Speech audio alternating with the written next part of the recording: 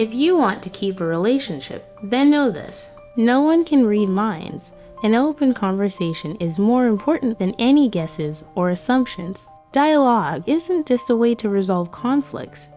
It's the very essence of any close relationship. Without sharing thoughts, feelings, and vulnerability, relationships become mere coexistence, not closeness. Conflicts are not a threat, but a signal that something needs attention and understanding. Perfectionism kills trust. Accepting someone with their imperfections is more important than trying to change them. Love without respect is just a habit or dependency, not a healthy relationship. Each partner is responsible for their own emotions, and you cannot make someone else feel better. Time together and respecting personal boundaries are key to maintaining warmth and trust. Relationships always rely on strategy and the mindset of I'm okay and you're okay. This means that when entering a dialogue, the other person's opinion is also important to you. And most importantly, remember, relationships don't happen on their own. They are built every day by two adults who have chosen to be a source of strength for each other,